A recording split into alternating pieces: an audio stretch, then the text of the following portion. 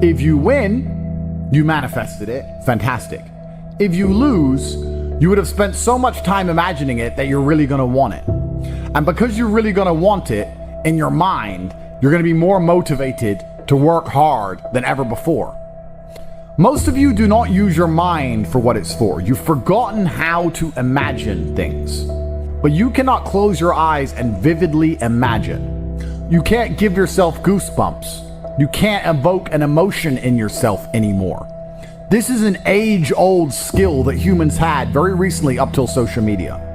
You should be able to close your mind and imagine the life you want to live so viscerally, to the point where you can taste it, so that this reality, the one outside of your mind, feels like nothing but a prelude, a ramp, which allows you to get where you want to go. The mind is that powerful.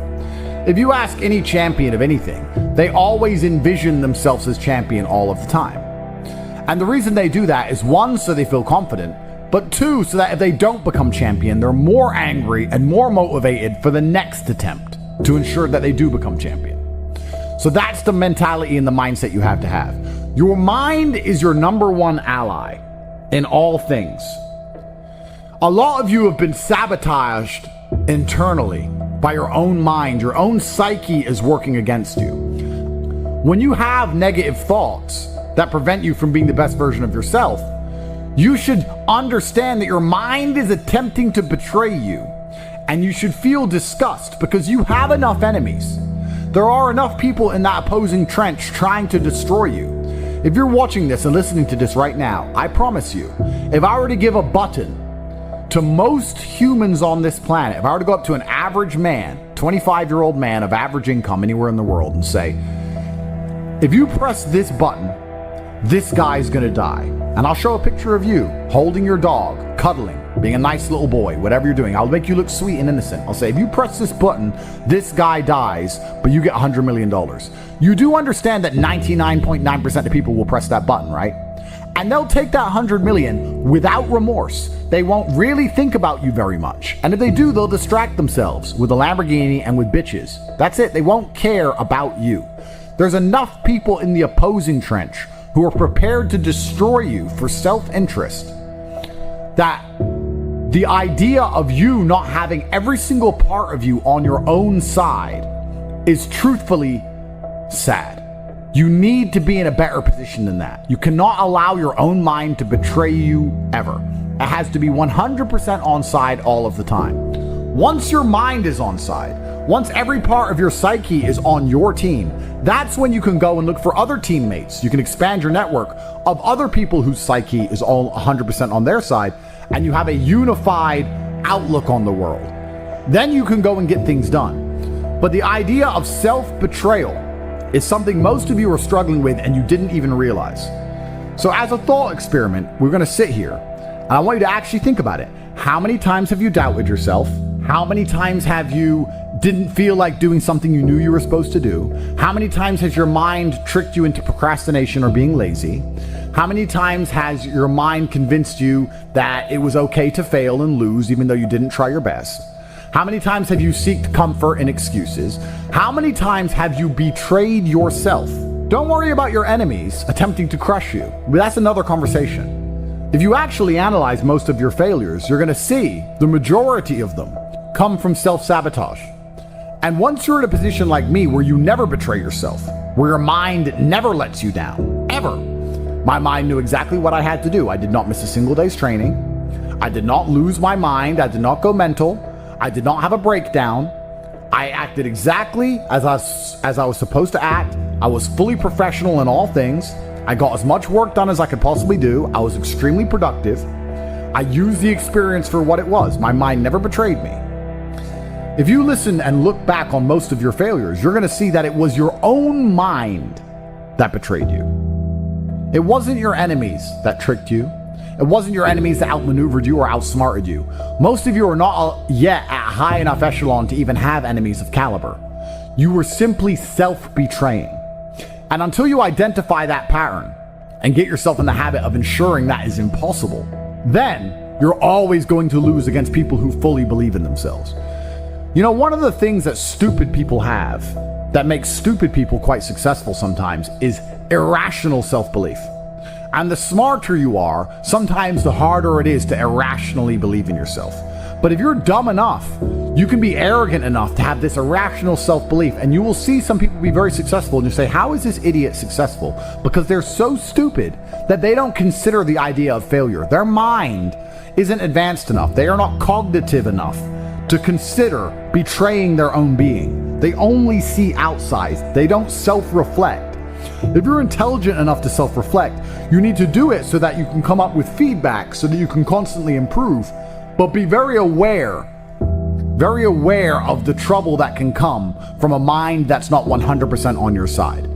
My mind is 100% on my side in all ways.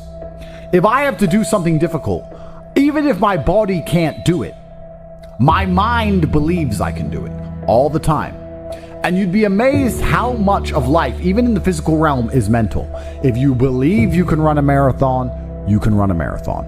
If you don't believe you can run a marathon, you can't run a marathon. Because a marathon is hard.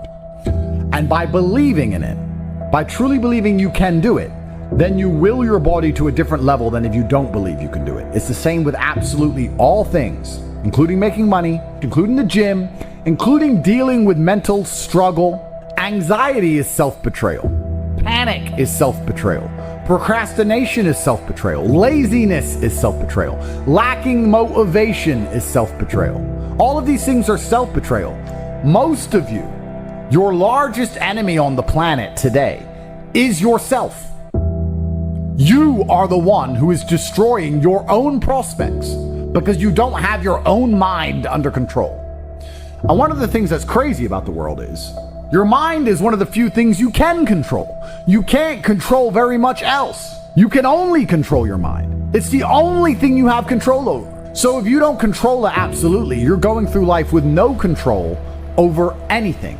You don't control your own mind, which means by extension, you do not control your life, you do not control your woman, you do not control the weather, you don't control nothing. You're just an empty vessel going through life with zero control over anything. You can control, once your mind's in check, your reaction and attitude to things. When you're in the trenches, there's people who give up, there's people who quit, there's people who sow FUD, there's people who feel sorry for themselves, there's people who want an easy way out, and there's other people who say, listen, this is a test, and the only way we're going to get this done is to be irrationally positive all of the time. He's like, well, what can I do about the price of Bitcoin? Perhaps nothing, but the universe may reward you karmically if you at least try to do something positive. Go for a walk, go for a run, burn some calories. Why don't you go down to the nearest grocery store and buy the old lady's groceries? How about that? You're unhappy that Bitcoin's gone down. Fine. What I recommend you do, although you may not understand this because you don't see them as linked, but karmically, all things are linked inside of this universe. Go down to the local grocery store and buy some groceries for an old lady. That's what you should do to fix the Bitcoin price. Now, will that genuinely affect the Bitcoin price? I don't know. It's amazing how this world works. Perhaps in some strange version of events, that slight delay in her thanking you and her getting in the car ends up leading to an increase in the Bitcoin price. But even if it doesn't, perhaps you'll learn something about not being so attached to money. Perhaps you'll feel grateful and understand you have a lot more spare money than you thought in the first place. Perhaps your attitude to the world will change, which will allow you to be more open-minded so that you can approach opportunities in a different way so that you make more money later on. Karmically, it's impossible for us to tangibly link how that positive action will lead into something else positive in your life later on. We just have to have faith that it will, because it will. So when I said this to this guy, he's like, LOL. That's his reply. He replied LOL when I said he should go buy groceries for somebody. And he doesn't understand the world. And I thought, well, why don't I go speak to thousands of people and talk positive then? Not to save him, but just to put my money where my mouth is, just to prove that you can just do something good. And if you just do something good, it is better than doing nothing. Rain dances work. If you need it to rain, you shouldn't sit and pray. You shouldn't sit and hope. You shouldn't sit and complain that it's not raining. You shouldn't sit and wait. you should rain dance. Does a rain dance make clouds appear? No, but you should take action. Perhaps your rain dance, although will not make clouds appear, will be viewed by a tribe high on the mountain far away, and they'll look down seeing you rain dance and realize that you need water. And then maybe Providence and luck will have this tribesman appear with big barrels of water saying, we think you might need water and we have some spare. If you didn't rain dance, they wouldn't know. They just see you sitting around being a mopey dipshit, crying his eyes out. That's why it's so important to take action in all things. Action solves all. Raw action is the answer. Raw action solves all. It is a mindset. So this dipshit complaining about this crypto price, he's not prepared to rain dance. He's not prepared to help a granny with her groceries. He's not prepared to do anything. God does not reward men that way. God rewards men who attack the world. You have to go and get things. You have to show that you deserve them. Even in mating, men go get the woman. Men go get money. Men go take land. Men go. We go and happen to the world. The world doesn't happen to us. What did we say earlier about if you try your absolute best, you can always find the W even in the L? I tried my absolute best, so I win. Raw action solves all.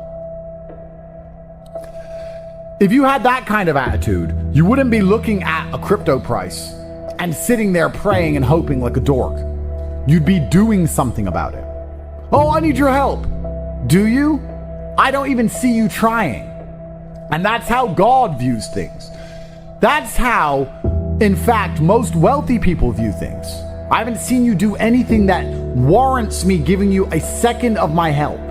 People feel like rich people are horrible because we don't help the normies. Even if you try and help normies, most of them are beyond help because they are self-sabotaging and lazy. You have to at least show to the people who are important in the world that you're not those things in the beginning if you ever want to be taken seriously, at least. That's one of the first things you can do. But I want to see that you give a shit. I only want to give money to people who know how to rain dance. I only want to give money to people who sit and believe that the rain dance is the answer. I like rain dancers. I like people who sit and say, I don't know what to do, so I'm going to do something. I don't know what to do, so I'm going to just do something positive. I don't know how to make Bitcoin go up. I'm going to buy an old lady groceries. I don't know what to do, but inaction in and of itself is an action. And men of honor do not allow the universe to decide for them. They decide their fate. And you decide your fate with hard work and vigor in all things. In fact, I would argue that a lot of you probably heard about Bitcoin in 2007 or 2009 or 2011, whenever. But you were so uninterested in doing your due diligence, so uninterested in being proactive that you just ignored it. You probably don't even remember being told about it because you didn't give a shit. Yeah. And then you have the gall and audacity to sit here and say, if someone told me about Bitcoin back then, I'd be rich. No, you wouldn't. If you're the kind of person who would have got rich from Bitcoin back then, you're the kind of person who can get rich right now by taking action, by paying attention. If you're refusing to do the right things now, you would have never done the right thing. And retrospectively identifying your failures and identifying how many right things you've missed out on is actually a form of hard cope. Oh no, I just don't have the chances. You've had chances and wasted them. And you have another chance right now to do your rain dance. You have a chance. You're sitting here right now during a chance. You have a chance from God because you're breathing. You have a chance right now to get things done. Now you can retrospectively look back on this period of time and go, oh yeah, I was young and energetic, but I wasted it. But if someone had just told me to try hard at this, I would have been. I'm telling you right now, I'm telling you about Bitcoin in 2009, but you're not going to do anything.